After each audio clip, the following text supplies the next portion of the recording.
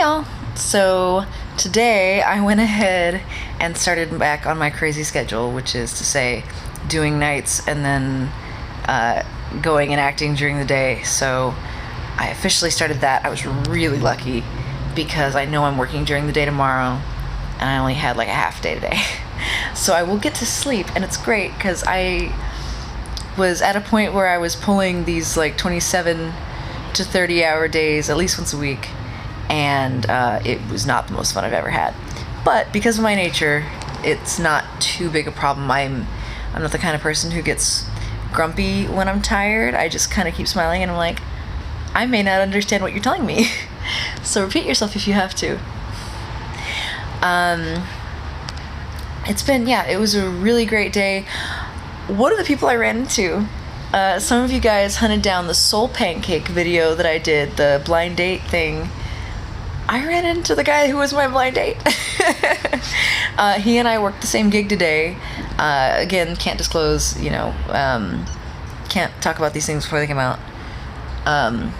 It's just background. Just background. But again, I worked, so it was a really good day. And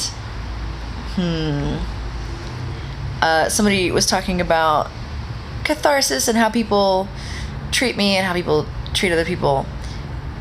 So I've always found that negative emotions, I don't like things unless they're useful.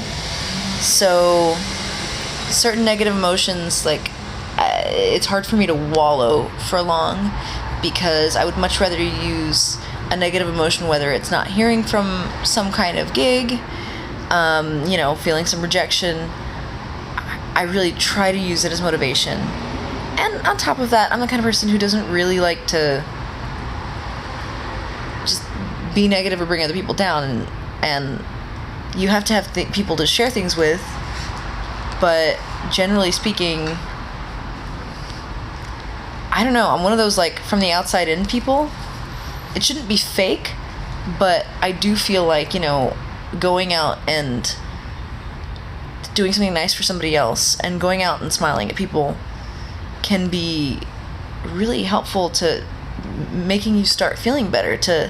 Even if you're tricking yourself in a way, it's better than sitting around and doing nothing. At least to me it is. Sometimes you need to wallow, but not most of the time.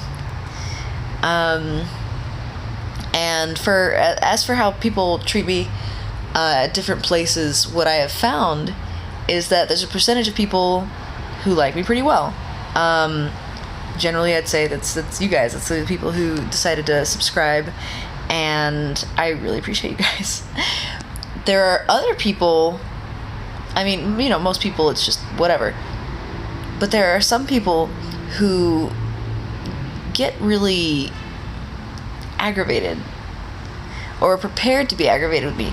They kind of assume that I think really highly of myself, and I have my fair share of confidence. I have a lot more confidence than I had a decade ago when I moved out to LA. But